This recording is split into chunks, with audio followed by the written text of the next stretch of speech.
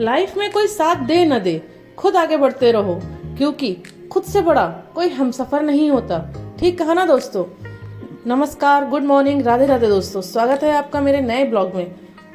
मेरी लाइफ से या मेरे ब्लॉग से, मेरे स्टडी ब्लॉग से आपको कुछ सीखने को मिले। मेरी जो बहनें कहती हैं कि उनसे टाइम मैनेज नहीं हो पाता, बच्चे नहीं होते हैं, कैसे करके मैं किस टाइम को मैनेज करती हूँ, तो इसलिए मेरे ब्लॉग से शायद उन्हें कुछ सीखने को मिले, कुछ मोटिवेशन मिले। मैं कुछ ना कुछ आपको अपनी लाइफ का टाइम शुरू करके इसलिए दिखाती हूँ कि आप भी अपनी लाइफ में टाइम मैनेज कर सकें। अगर मैं कर पा रही हूँ तो आप भी करें। अभी किसी का कमेंट्स आया था कि या तो वैकेंसी आती नहीं है, आती है तो बहुत कम आती है। तो मैं मेरी ही लाइफ का एक बात सुनाती हूँ, आपको बताती हूँ। जब मैं स्टडी करती थी, बैंकिंग की तैयारी कर रही थी, कोचिंग जाती थी, तो कोचिंग उस टाइम बहुत कम वैकेंसी आई थी एक बार किसी चीज़ की। तो मुझे याद नहीं है कि किस चीज़ के फॉर्म की बात थी, तो बहुत कम थी वैकेंसी। तो सर को लगा कि मैंने फॉर्म फिल कर दिया होगा, तो उन्होंने नेक्स्ट डे मुझसे पूछा कि उर्मिला तुमने फॉर्म फिल किया? तो मैंने कहा नहीं सर, वो इतनी सी तो वैकेंसी है, कितना सारा फॉर्म पड़ता है, तो मैंने नहीं फिल किया। तो सर ने समझाया और बोले कि अगर एक बात बताओ, अगर तुमने क्वालिफाई किया तो तुम कितनी सीट पे जॉब करोगी? मैंने कहा सर एक सीट पे जॉब करूंगी। तो बोले तुम्हें कम आई या ज़्यादा आई उससे तुम्हें क्या लेना देना है, तुम्हें तो कितनी सीट चाहिए? सिर्फ एक ही सीट चाहिए। अगर तुम बिल्कुल हायर रैंक पे लेकर आते हो तो भी तुम्हें एक ही सीट चाहिए, या लोअर रैंक कराती हो तो भी तुम्हें एक ही सीट चाहिए। तुम्हें कितनी चाहिए? तुम्हें सिर्फ एक सीट चाहिए। अगर तुम्हारे जैसे सब कोई सोचेगा तो फिर तो जो सीट निकली है 2-4 वो भी खाली बचेंगी। इसलिए ऐसा नहीं सोचना चाहिए कि कितनी आई है। हमें अपना 100% देना है कि हम उससे एक सीट के लिए लड़ रहे हैं, हम सारी सीटों के लिए नहीं लड़ रहे हैं। अगर 10 वैकेंसी भी निकली है तो उसमें हमें तो सिर्फ एक ही चाहिए ना, हमें 9 सीटें नहीं चाहिए, सिर्फ एक चाहिए। वैकेंसी कब आती है, कितनी आती है, उससे ज़्यादा मैटर करता है कि हमें तो एक सीट चाहिए, हमें वो एक सीट हमारी कंफर्म हो जाए। इसके लिए हमें कैसे स्ट्रैटेजी बनानी है, कितनी स्टडी करनी है, हमें सिर्फ उस पर टारगेट करना है। तो दोस्तों, जब भी हम तैयारी शुरू करते हैं, स्टार्ट करते हैं, तो हम जिस भी फील्ड के लिए कर रहे हैं, चाहे हम वो टीचिंग के लिए कर रहे हैं या मैं जैसे स्टेट PCS के लिए कर रही हूँ, किसी भी चीज़ के लिए कोई भी कर रहा हो, तो उसे बस इतना सोचना है कि बस इस बार जो वैकेंसी निकलेगी, जो भी निकले, उसमें एक सीट मेरी कंफर्म हो जाए। मैं इतनी तैयारी करूँगा कि एक सीट करूँगी कि मेरी एक सीट कंफर्म हो। अब बात करते हैं आज के स्टडी रूटीन की। आज मैं अपने दिन पे टाइम पे उठ गई थी। उठने के बाद मैंने अपनी 3 बजे से स्टडी को स्टार्ट किया। उसमें मैंने ज्योग्राफी ही दोबारा से कंटिन्यू करने की कोशिश की है, जिससे कि मैंने कुछ किताबें एक ही बार पढ़ी हैं, कुछ कई बार पढ़ रखा है, और अभी भी मेरी 10th क्लास की एक किताब छूटी हुई है, उसको भी पढ़ना है। इस तरह से मैं सोच रही हूँ कि ज्योग्राफी का एक बार हो जाएगा, क्योंकि अब टाइम कम बचा है। अब शायद दोबारा रिवीजन नहीं करने को टाइम मिलेगा बुक्स किताबों से। तो मेरे जो नोट्स भी बचे हैं 1-2, क्योंकि जो मैंने पढ़ी नहीं थी, उनके नोट्स भी बन जाएंगे, दोबारा रिवीजन हो जाएगा। इसलिए मैंने फिर से ज्योग्राफी से ही स्टार्ट किया है। और पॉलिटी को अभी छोड़ दिया है, क्योंकि पॉलिटी भी मैंने रिवीजन करी थी। जो मैंने अभी ज्योग्राफी की नई किताबें पढ़ी थी, उनके साथ साथ मैं पॉलिटी रिवीजन कर रही थी, तो मैंने पॉलिटी को अभी बंद कर दिया है और ज्योग्राफी प्लस इकोनॉमिक्स लेकर चल रही हूँ।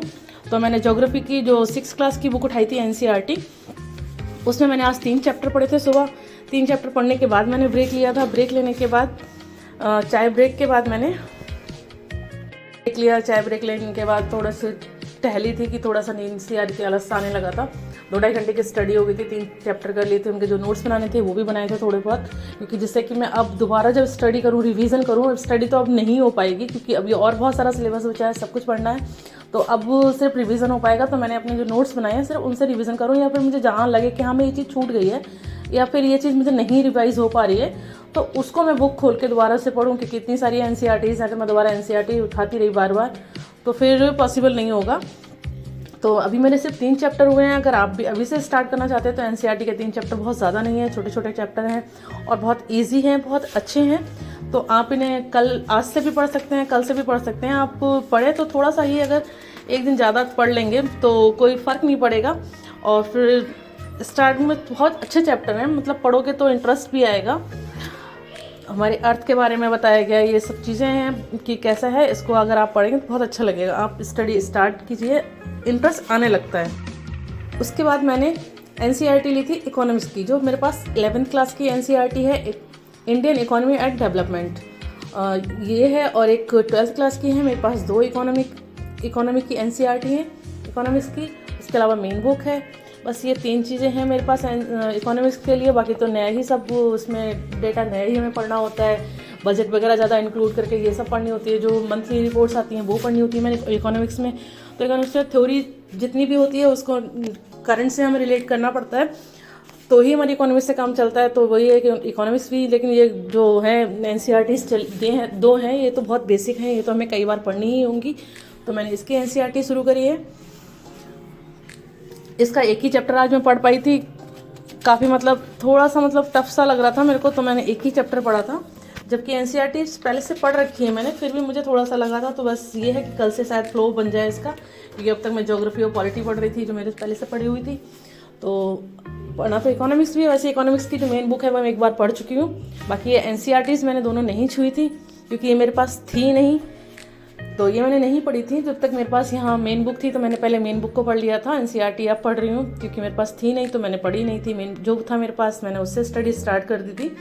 मैंने अगस्त से थोड़ा थोड़ा पढ़ना स्टार्ट किया था, लेकिन कभी कोई प्रॉब्लम, तो मेनली स्टडी तो अगस्त से ज़्यादा नहीं हो पाई थी। लेकिन हाँ, जो बुक्स थी मेरे पास मैंने उनको पढ़ लिया था, तो मैंने उसमें इकोनॉमिक्स को एक बार पढ़ चुकी हूँ मैं। शुरुआत तो हम कैसे भी कर सकते हैं, हमारे पास अगर 2 या 4 बुक्स हैं, हम अभी या 2 या 4 बुक्स लिए तो हम उससे भी स्टार्ट कर सकते हैं। ऐसा कोई फ़र्क नहीं पड़ता कि हमारे पास कौन सी बुक